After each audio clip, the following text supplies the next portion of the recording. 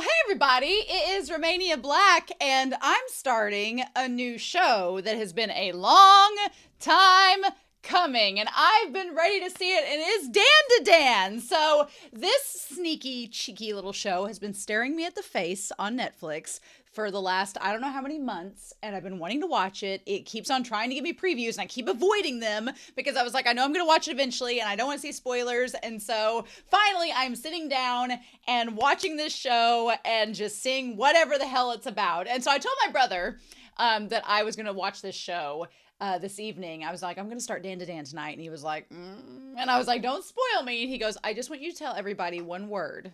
And I was like, okay. And all he said was, banana. Whatever that means. I don't know what that means. It sounds cryptic. It sounds phallic. It sounds interesting. But yeah, if you're new to the channel, I'm Romania Black. I'm an English teacher and a speech coach, and I love anime and manga, and I grew up with it, and I love talking about it. And so I just like rambling for long amounts of time, fangirling and geeking about shows. That's what we're at. But my big thing is I like to go in 100% blind. Absolutely blind. I don't like knowing spoilers. I'm like, no, I want to figure it out for myself. I want to be Sherlock and solve the mysteries. And so the only thing I know about this show, the only thing I know about it is I've seen the protagonist in a piece of fan art, and it was the kid. He's got curly hair and big glasses. And I saw a piece of fan art of him next to Mob from Mob Psycho. And that's the only thing I've seen. And I've watched Mob Psycho. Those reactions are on this channel. I love Mob Psycho 100. It's so good. And so I'm like, okay, they both had similar looking uniforms for school on. I'm like, okay, if this has something to do with the paranormal, like Mob Psycho, then that would be fun. But that's literally the only thing I know. I saw a piece of fan art and I was like, ooh, I need to be careful. So I've been extra good avoiding, but I know what Mob Psycho's about. So maybe it's just that they both wear the same type of uniform. Maybe it has something to do with ghosts. We'll see. Or paranormal spirits. We'll see.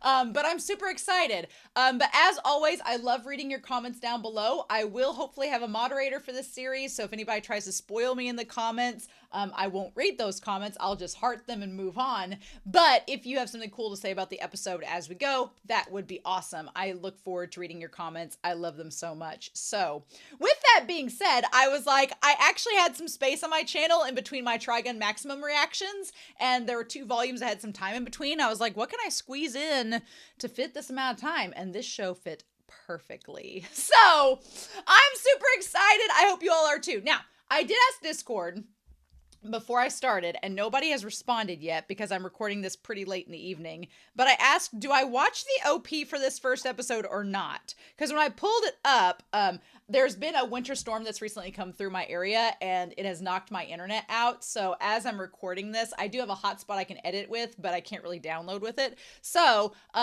Ed over on Patreon has been super kind, and he actually got me the files so that I could watch this series. So special shout out to Ed, all of my love, but they got me the file to watch this episode. So I pulled it up on my VPN or my VLC player, and it immediately wanted to go into the OP, and I stopped it and I was like, ooh, do I watch this OP or not? So Discord has not answered me yet. I'll double check before our discussion to see if they have, but I'm going to skip it for now. For episode 1, I'm going to skip the OP at least and see if it's okay to watch within the first episode by the time we get to the discussion. And if nobody's responded to me, then I'm going to wait till episode 2. So we'll just do that. All right. As for the ED, I don't know either. I'm like, can I watch the ED? So I might skip the OP and ED just for this first episode. And then if everybody gives me the all clear, I'll go back to episode 2 and watch it. So don't worry.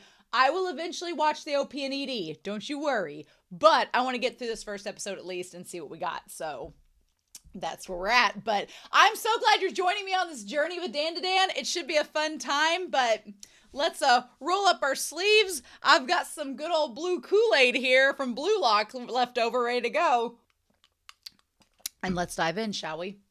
So with that being said, I hope you all enjoy this reaction and discussion. There'll be a link down below to the reaction, but we're going to watch DanDaDan episode 1, and we're going to do that here in 3, 2, 1, and let's go, y'all.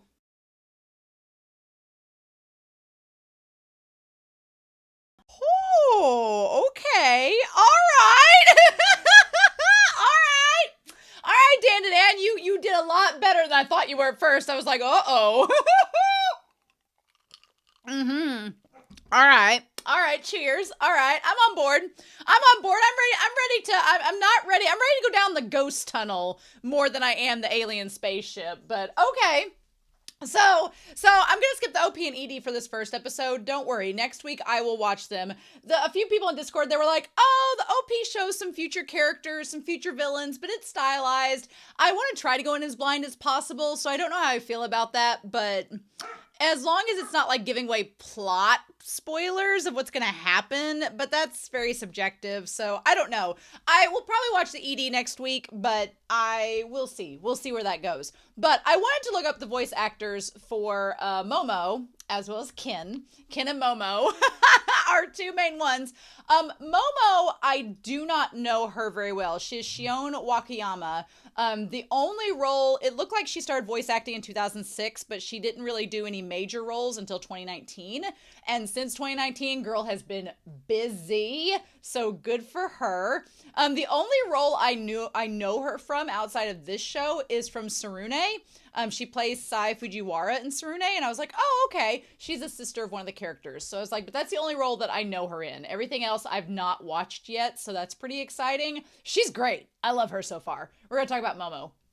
But as soon as Ken started talking, I was like, is this Mother Truckin' Tanjiro? And it is! Of course it's Tanjiro! Yes, so his voice actor is Natsuki Hanai. He does Falco from Attack on Titan. He plays Hoshiyumi in Haikyuu. He plays Nico in Blue Lock. But I know him most as Tanjiro from Demon Slayer, who is the main character of that series. He's been in a lot of things. And he usually plays a more soft-spoken, bespoke character, and so that should surprise no one. But yeah, I was like, as soon as he started talking, I'm like, it's Mother Truckin' Tanjiro. I know exactly who this is. So, but that's not a bad thing. I really like him as a voice actor, and I'm super excited to hear him. He also plays Taichi, or Tai, from the reboot of Digimon, so that's exciting. I would not have expected that, honestly. But I'm excited because it feels like, what I like so far about this series is that it feels like, if we're going to break down, that it seems like we're playing on the opposite personas of how we present ourselves in the real world, how we present ourselves in public, and our personas of how we present ourselves within ourselves and how we actually feel versus how we present ourselves to society. And I really like that so far, because what it seems like is that while Momo tries to play this like cool delinquent, like Rizzo from Grease, gum popping girl that's like, that has a reputation as the bad girl, on the inside she's actually really a family girl who's like kind of devoted to her grandmother, or loves her grandmother despite the friction that they've had, and she values family, and she actually deep down inside is kind of a softer hearted character than she portrays on the outside. And she has this tie to spirituality from her grandmother being a medium, and she gets to be this alter persona of like amplifying this psychic ability and using it, which is quite opposite of what she presents in society, which is really freaking cool. And that's the Mob Psycho connection that I'm like, okay, because Mob Psycho deals with like spiritual, psychics, things like that. Then you have Ken, who is this otaku who's super shy and seems very shy and kind of timid and meek and not very, quick to defend or act. And he gets cursed by this ghostly spirit, Turbo Granny.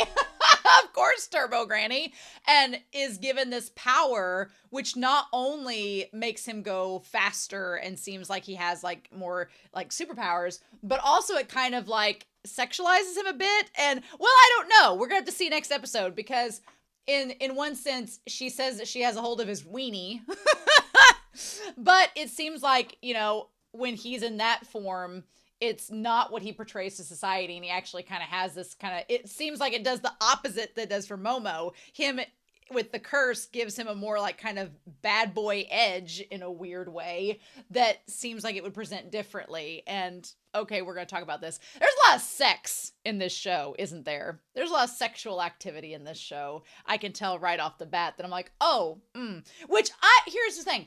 I'm not going to pearl clutch and I'm fine with shows testing the boundaries of sex and sexuality. I'm all about that. I read a shit ton of BL. I have seen my fair share of weenies in anime media and yaoi.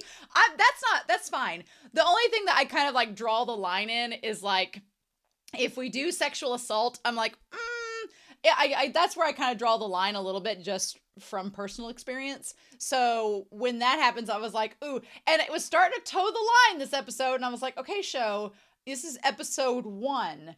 Are we going to toe the line and make this really gratuitous and gross and not fun? Or are we going to subvert our expectations and actually give a female character power to defend herself and do something? And lo and behold, the show actually did that. And I was like, the moment the show had her kick those, my brother, I'm gonna like kick him in the shins. He was like, banana. I'm like, how dare you, sir? I'm gonna kick him in the shins. But yeah, whenever she kicked the banana alien in the face, I was like, okay, all right, now I'm on board. I have no problem with like characters having sex in anime, and I have no problem with sexuality being displayed, but I do feel like there are lines that have to be treaded very carefully and delicately just because of their societal implications, and we have to be careful of that and mindful of that. And this show seems like it's mindful. It seems like it knows what it's doing, because I'll be honest, I've seen many an ecchi and many a hentai and many a series that is shonen based or targeted towards a male audience that is not respectful and does not do it properly and does not do it in a way that shows maturity and understanding and the resourcefulness that this one seems to do. So that's good. I'm like, good. If we subvert expectations and go that route, absolutely. I'm totally on board with it. I want to talk also real quick before we dive into the plot of this series about the animation. I love it. It's so saturated. It's very, it feels like such a breath of fresh air because all the line work is really clean. Really like bold, thick line work, but it's clean and polished. And it's not like a watercolor, or it's not muted, or it's not soft in its coloring, and it's not like sketchy. And I'm watching, for example, I'm watching Ping Pong on my channel the same time I'm watching this show. Ping Pong has a very definitive visual style. It's very sketchy, it's very gritty, it's very raw, and it works for that series. And then I just got done finished watching March Comes In Like a Lion, which is super good, but it has a much more softer texture with its animation. And this feels so saturated and bold in its colors and its line work, and it kind of needs to be for what it is. So I appreciate it. It also feels kind of like this series feels like Mob Psycho mixed with Jujutsu Kaisen, which is the best of many worlds. And I'm fine with that, honestly. I'm fine with that. It's like Mob Psycho mixed with Jujutsu Kaisen, mixed with like superhero fantasies. Like I'm on board. I'm on board with it. I like it a lot. So let's talk Momo. Momo gets dumped by her first boyfriend, who is the asshole of all assholes, saying, if you ain't lending me money, then no date. So he was just dating her to get money from her, which is gross. And then, again, the sexual references where he, like, adjusts his belt and everything, being like, if you just put out, it'd be fine. It's, like, gross. And he seems just like the stereotypical asshole, and she tries to attack him, and it doesn't work. And then he just mopes off. And so then she goes to class. I was getting a lot of very, like, Grease vibes from this episode. Like, the girls, they look kind of like the pink ladies, like Rizzo. Momo kind of reminds me of Rizzo from that. And then you have her two friends that they kind of seem like the girls. I don't know. I didn't go to a school with an archetype of female classmates like this, but you see them in a lot of media where it's kind of like, this school seems like it's on the outskirts of town. It's kind of, how do you phrase this? I'm from a rural area, so we're a bunch of country bumpkins. So I don't want to use the word trashy because I don't think that's what I mean, but they definitely like the bow's undone. It's all very glam, very vain.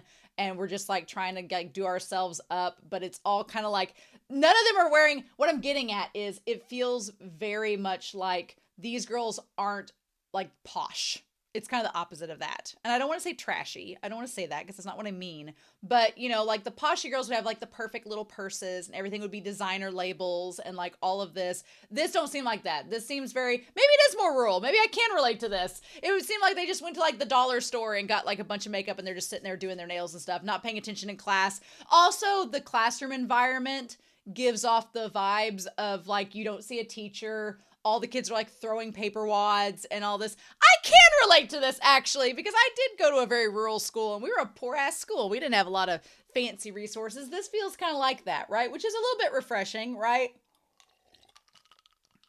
In a lot of high school shonen or in a lot of high school anime where it's like slice of life, it feels very much like, you know, here's the teacher and let's do class and let's all be all organized. This feels like the teacher ran off and just let the class go to town. And they're like, whatever. And I'm kind of all about it. So this episode is called That's How Love Starts, you know.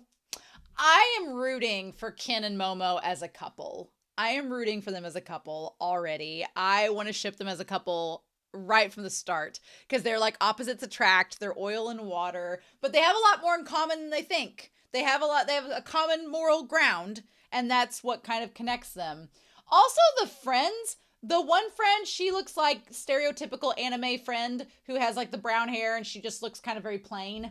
You see that in every run-of-the-mill shoujo. The other girl that has like, I'm assuming it's the way that she has like the mark around, the beauty mark around her eyes and around the nose. I feel like there is a skin condition that causes that where you have naturally like paler parts of your skin and it's like patchy, but hers is like in a tribal looking. Her design is bitchin'.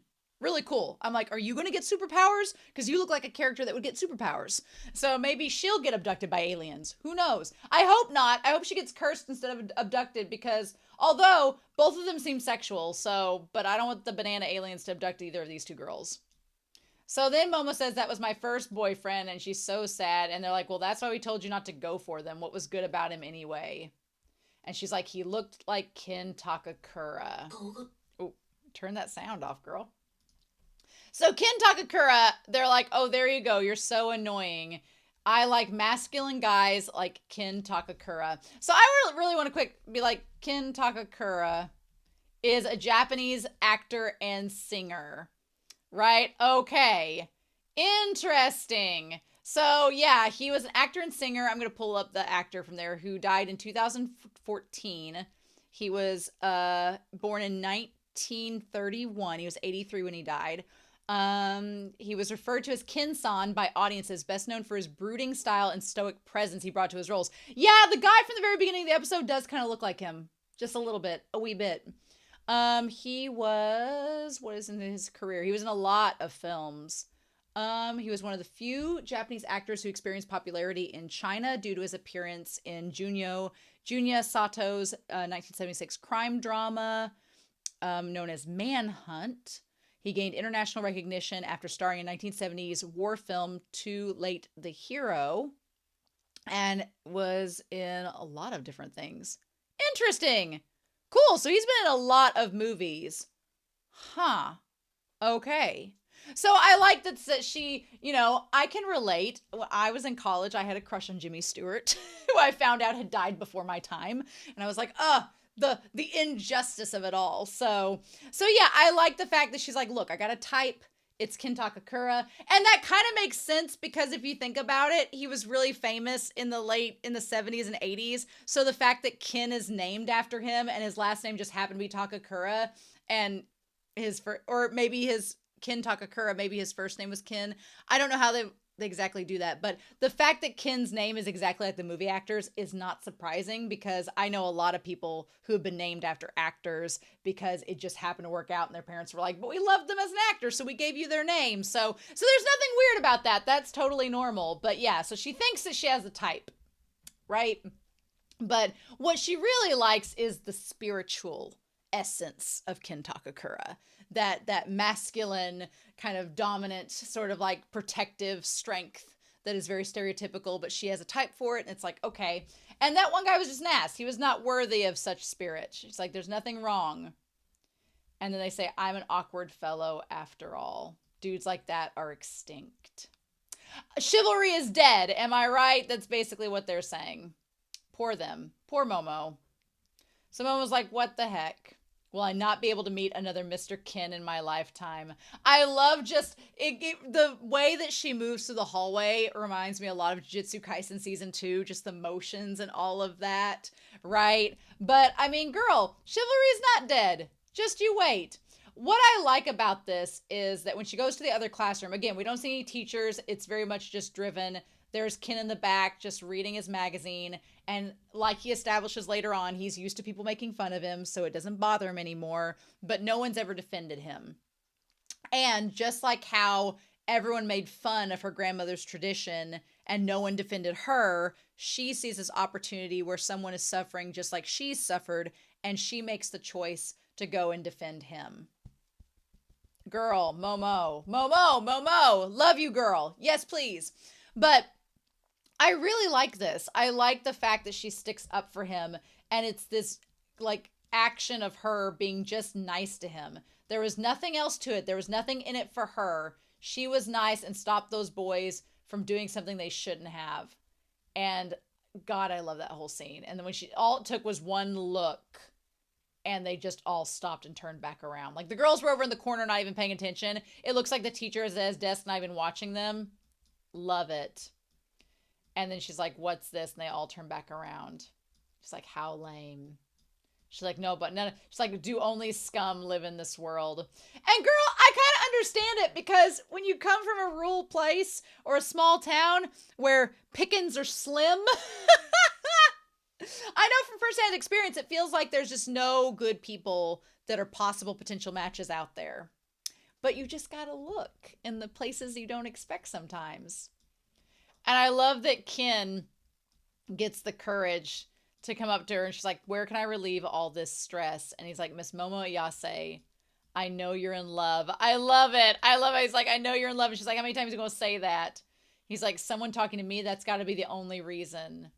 And see, I like that this kind of challenges that notion as well, because I feel like I want to challenge that notion. I love the idea with this is that we're taking a stereotype that I feel a lot of men think, and it's this syndrome where a lot of men that I've met, the moment that you're nice to them for 5 seconds, just being nice, just being a decent, common, kind, courteous person, they think that you're in love with them. Men, no. I hate to tell you this. I hate to ruin this for you. And this doesn't just go for men, but I've seen a lot of men have this mentality, and I don't know if it's a societal thing in the US or elsewhere, but I've had many conversations where some guys are like, oh, you're into me. And I'm like, no, I'm just being nice and having a conversation. I assure you, no. So I am like, you're just being nice. But a lot of guys take it to the immediate extreme. And I'm like, no, she was just being nice because she kind of saw something in him that reminded her of how she was treated shittily, and she didn't like it. So she decided to, be nice to him. And he immediately in this moment is like, well, the only reason you're talking to me is because you're in love with me. And she's like, no, not at all. And I like that she communicates to him in this moment. She's like, maybe you got the wrong idea. She's like, I don't want to get chummy with you or anything. She's like, just forget all that. And that's when he shows up with, okay, the back of that magazine, there was this bracelet that they're talking about. I don't know if any of the stuff on this magazine is going to come back later, but there's like a bracelet there that they advertised. I want to kind of look between the lines here. So it says, the president has already gone to Mars. What is the entirety of Project Pegasus? These seem like something that we've seen in Neon Genesis Evangelion, where they show you little bits of things, and it's like, you should probably pay attention to this because it's going to come back later. So the president's gone to Mars. I like nondescript white man is the president. Anyway, but yeah, and then what is the entirety of Project Pegasus? We don't know that. We see some aircrafts. There's like a muscular figure. It's an alien that looks like a lizard that's muscular. Okay. And there's like the Illuminati involved. What? And she's like, what are you talking about? And we see the Mars rover, and they're like, you're a fan of the occult. And she's like, oh, I don't believe in UFOs or aliens or stuff like that. I like she does the anime dismissive wave. And he's like, well, I'm not talking about a UFO, a UAP, an unidentified aerial phenomena. Didn't know that's what we were calling them now, but okay. Interesting. And she's like, you're being a pest. And then it says, U.S. military has officially acknowledged the existence of UAPs and reformed the Space Force. So this feels like in the mild future, so we think. And then he says, Japan has also created the Aerospace Defense Force, the ADF. Okay. Interestingly enough. Any way you look at it, they're getting ready for space wars.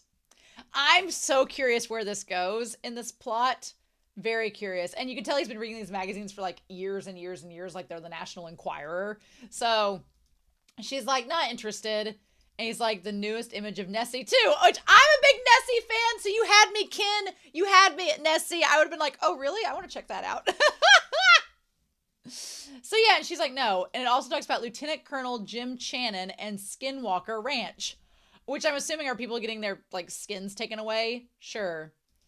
And then she's like, shut up. I just got dumped and I don't want any of this. I love that she just takes it out. She's like, how you push stuff at me is so typical of otaku and it's really annoying. Oh, that's why you have no friends. Poor Ken. And she's like, don't talk to me like you know me. And it's so sad because, like, I get she's frustrated in this moment, but she stops and realizes that to him, this stuff's really important to him.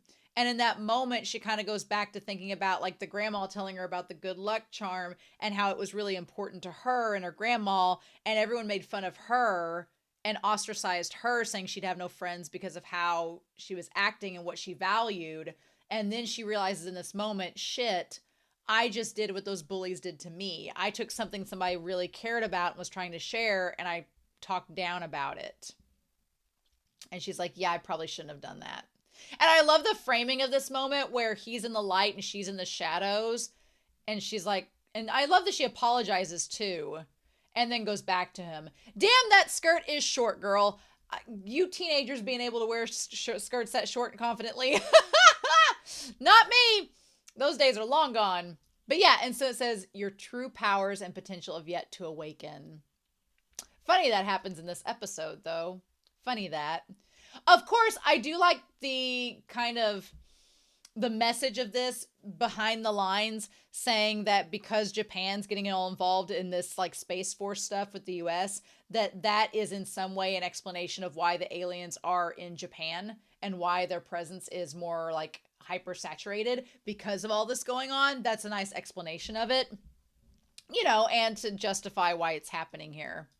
I like she dusts off the magazine too and gives it back to him, which is super cute. And she's like, I don't believe in aliens, but I do believe in ghosts. And I love when he has the face where he's like, well, ghosts aren't real. And just dishes it right back to her. Amazing. And he just, the way that he like has the goofy mask, like the stereotypical like glasses and the big Cheshire grin. Yes. She's like, I matched the conversation up with yours, but you just denied it. I love it. And he's like, don't you mock the occult. I love it. I love that they start out as like enemies. It's like enemies to lovers. Freaking love it. And she's like, well, just so you know, my grandmother is a spirit medium. Have you seen Exorcism? It's really wicked. I like that she kind of gets animated and kind of goofy like him too. And he's like, well, convulsions also happen to people that are sick too. There's no proof there are ghosts, but there are proofs that there are aliens and UFOs. I love it. And so then I love the fact that they both fight over this and the two friends are like, oh, she gave up on Ken Takahara and went after an otaku. Interesting. They're like, can't say I hate it. And she's like, let's have a contest. And I like that both of them kind of have to be each other's gophers now because they basically both proved each other right. Also, I love the fact that where he sent her was this uber crowded, debris everywhere, super claustrophobic, like just all this stuff here where UFOs in the Nagi hospital supposedly come to. And she sent him to an empty tunnel that's like the exact polar opposite. Like that was so perfect. Also that tunnel, instant Mob Psycho vibes. Instant Mob Psycho vibes. I loved it. So they talk about experiments and like regressive hypnosis and all of like the stereotypical stuff we hear about aliens and abductions, where they do experiments upon you, they erase your memories, all that stuff. Things that I'm sure will not bear any mind in future episodes at all. So yeah, I love it. I love they both go to different places. The animation is so good. But yeah, and then as stuff starts glitching out around her and the hospital becomes like this spaceship that she gets into, then we get her flashback where we talk about the kids making fun of her and the one kid that she liked that had the pink hair. I wonder if we're going to see him again, because they made a point to focus on him with the pink hair and the brown eyes. They made a point to focus on him. So I don't know if that was just for the moment and they're not going to do anything with it, or if they're going to go back to him. I don't know. It just seemed like a moment where they really focused on him. Now, she says, I didn't talk to my grandma until recently, and I stopped doing the ritual. The whole until recently, and she said that her parents aren't around. What we don't know at this point is if her parents died when she was younger and she went to go live with her grandmother and they're not there, or if her parents left her because they weren't, able to take care of her, or if the until recently meant that her grandmother's recently died and that's why she talked to her and it's kind of gotten her back into all of this. We don't know. We don't know about a lot about Momo, but I want to know more about Momo. I'm so interested in Momo. She's a great protagonist. I like her style. I like her kind of like aggressiveness, but she has this like soft heart underneath. I love it. It's great. And it's kind of like the opposite, where Ken gives off this soft vibe on the outside, but inside he's kind of gritty. So I like it. I like it. And she's like, I get pissed when someone makes fun of my family. And that's probably, and I like that transition from her to him. It's so damn good, where it just transfers from her looking at the light to him on the phone.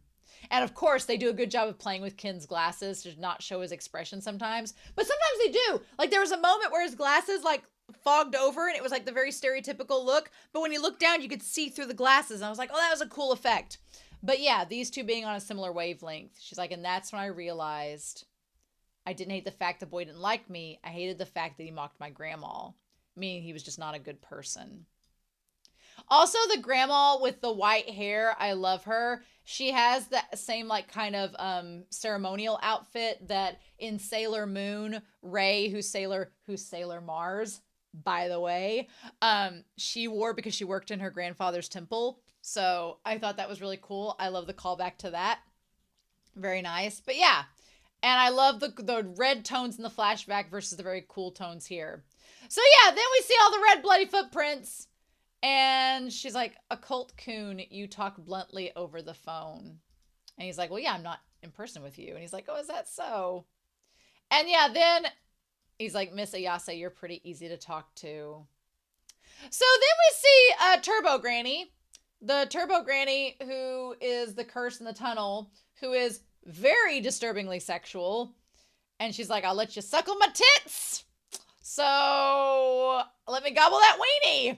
Oh my God.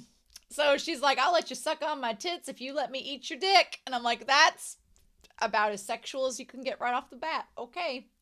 And then he tries to outrun her. And they're like, don't run in there. Because he's like, it's just an ordinary granny. And she's like, no, don't.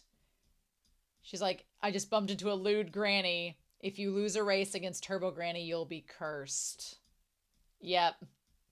And then she's decided to take him over. Now, granted, her phone was at 97%. Kept it good and charged before she went into the hospital. Yep. And then occult coon. I like that her encounter with the aliens is like cold blue light, and his is like the warm red, which is the nice like counterbalance of each other. Both the aliens and the ghost are horrifically sexual, but in different ways, right? So he tries to outrun the grandmama, and he gets cursed by her, which we'll talk about here, that seems to be giving him powers. And then she gets taken by the aliens, who look freaking creepy as hell, right? Dressed up as the guys. Now, where the show was about to lose me is the very so stereotypical trope of, well, we gotta disrobe the lady character.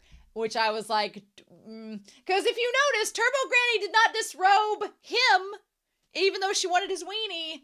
because that's how you don't see the male character disrobed because it's from the male gaze, and we don't want that. Guys don't want to see themselves naked, unless, you're reading a certain type of story, but that's not what shonen's trying to do. But if it's from the male gaze, we have to see the female naked because that's the whole, that's enticing to the audience. And growing up, especially surrounded by a lot of imports into the US, it was either one of two things. It was either shonen or it was like bubblegum shoujo. So like, I would say Sailor Moon. I love Sailor Moon to pieces, beyond all belief, but it was that, or it was, I didn't get a chance to watch Cardcaptors, or Cardcaptor Sakura, but I know of it. And then, or it was just like, the cartoons then were just like very bubblegummy. And so like, hello, woman person. Again, it's almost a parody at this point, like a parody, like a farce. It's not a satire, but it's a farce. Because they're like, we're the Serpoians. And we are called that because we're from the planet Serpo, which is like, okay, cool. And she's like immediately stripped of her clothing. It's funny because she's like, aliens. And they're like, don't be afraid, we're friendly people. And I'm like, I doubt that. And then she's like, friendly guys don't strip girls naked, And they're like, where are my clothes? She said, we've taken proper care of your belongings. And they transfer over and it's just a mess in the floor. And it's like, nope, you did not take proper care at all. Like at that point, I was like, okay, this is making fun. This is parroting it. It's a farce. All right. And she's like, pay for damages. They're all ruined. And she's like, I want to go home. And then here's the thing. They're like, our kind only has males. So by the world building, they don't need her. You would think when they said, oh, we need your banana, what I thought they were going to say is like, oh, they're going to look at her and go, oh, wait, you're a woman. You don't have a banana. We're going to go find a guy that does. By all accounts, you would think they'd be needing kin. But no, they're saying we reproduce through clone technology. Thus, none of this scene is necessary. It's not needed. They do clone technology. They're like, no, we don't need you at all. And she's like, are you even listening? And they're like, however, identical units do not instigate biological evolution. Conflict as well as basic emotions were annihilated. Therefore, for us to regain the reproductive function similar to humans, we want your bananas. And she's like, what? And so it's like, no, absolutely not. This is terrifying. And she's like, no. And then after we have sex, we'll extract your uterus and your banana for research. And she's like, no, I'd rather not. I'd rather we not do that. She's like, he was a douchebag, but he didn't take my virginity. My chastity has been saved for a Ken Takakura that I've yet to meet. Well, girl, you've met him now. So yeah, I was going to get a little bit worried, being like, I don't want her to get assaulted by these aliens, which when she started to resist it, I was like, okay, good. And then when he came through the phone, what I like about this entire scene is that it not only subverts the aliens raping the woman trope, but also I love the Turbo Granny biting the guy's alien dick, which was great, which was fun. But also the fact he's like, there was a ghost and Turbo Granny cursed me. And she's like, well, can you help me? I like she has a blush on her face during all of this, if you look at her. And they're like, well, a smartphone, we don't have technology like that. And he's like, I can't control myself. I am going to wonder if that, he says, let me gobble that weenie. I'm very curious to know if the fact that he can't control himself, if that's going to do one of two things. If he can't control himself, if he's going to try to hurt Momo in the future, but she has the telekinesis to keep him from doing that. Or if the whole I want weenies is going to like try to make him get involved in a yaoi scenario. And then she's going to be like, no, you're straight. And like do that. I don't know. I don't know where they're going to go with that. But what I liked about this scene and this whole fight was that the moment he showed up, I was like, oh, is he going to fight the aliens and, save the damsel in distress from getting assaulted from the men? Because that's the stereotype. That's the trope. I read 42 volumes of Berserk. Can tell ya, that's a big old trope. In the 90s and the 80s, it was like, oh no, the poor woman can't save herself from being assaulted by these other male characters. If only a big, strong, dashing man would come save her. And and that seemed to be what the case was going to be.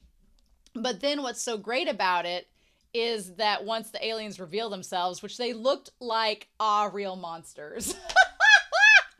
They looked like real monsters. I was like, what? With them nasty lips? Yes, indeed.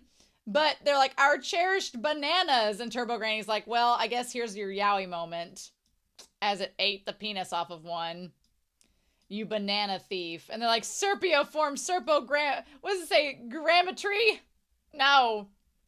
So, okay. It seemed like, I don't know if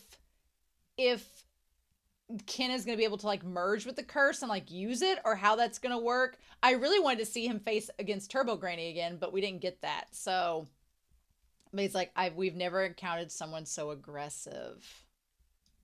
So, give us your bananas. What I liked is that against all odds of the trope, he's like, I like that Ken's like, I wanted to be taken by the aliens. I wanted you all to be my friends, and you turned out to be a bunch of dicks. Literally. And then she's the one that ends up saving them. I love that. I was like, yes. The moment that she used the telekinesis to her psychic powers to save them, I was like, all right. And it was a callback to her being able to fight the aliens when she couldn't fight the douchebag boyfriend earlier. That was great. And her connecting to the grandma. But first we get Ken talking about how, you know, he's been waiting for the aliens to come get him, and they never came. And the other humans bullied me to pass time. Nobody acknowledged my existence until Messiase. She stood up for me despite that. Yep. And I love that he's like, I won't allow anyone to hurt her. I love it. I love them helping each other in that moment. Even if I become a monster, it's all for her sake. Uh-huh. And I love it. She's like, okay, good. Become a monster to fight these aliens. That would be great. Awesome. Cool. So it's playing on that trope, but then she's the one that actually ends up saving herself. I love that it's going to be like, it starts out as that stereotype where he's like, I'm going to become a monster and save you. And she's like, cool, get on that. And then in 10 seconds, he's like, actually, I can't. And she's like, well, that was quick. I love it already for subverting all those expectations. I'm like, yes, please. And so they're like, well, we're going to have to kill you. And she's like, nope. And so then she follows the grandmother's steps, gets into them lower abs, releases that chi, and then manages to like free herself and use psychic powers to save them, which was great. Loved that. Also in that moment, what does she do there? She like grabbed something and picked it up, and it was like, oh, and it reminded her of her grandma, which was super cool. Love it. She was real. My grandmother was a real spirit medium, which again reminds her that her grandmother wasn't a phony, that there was a reason why she should believe in her. I love it. Freaking love it. This is great. Yep. I love the disco ball. I love all of it. Amazing. And all just crashing down, all the lights, all the colors, the reds, the blues. It's great. And she's like, oh, we're actually in a spaceship. And so, yeah, whenever Ken, he couldn't control himself for a second. And she tells him to regain his sanity. Uh-huh. And then, because he was going to bite her head, and then she uses the psychic powers to blast Turbo Granny out of him and into the ship, which is so wild. And she's like, who the hell are you? But yeah, she's gotten a hold of him. She's like, the curse hasn't lifted. And she tells the Granny to get out of his body, and he's like, I have possession of his weenie! No! The kid's curse won't be lifted as long as I have possession over his dick. So if you want it back, come to the tunnel, and we gotta wait to figure out what all that's about. I love that he's literally just running in place, and she's like, what an old hag. Nope. And so then they get out, and she's like, I was kidnapped and everything, and he's like, I got cursed and everything. I love that he gave her his coat, though. That was super cute. She's like, you'll lose control of yourself if I don't hold back the curse with my psychic powers. She's like, I lost my smartphone, my wallet, everything. My Crystal Gale shirt got ruined. So I wanted to see them go to the damn tunnel. They better show us in episode 2. Son of a bitch. They better show us. Yep. I also like that he's trying to be modest and, like, let her have the clothes.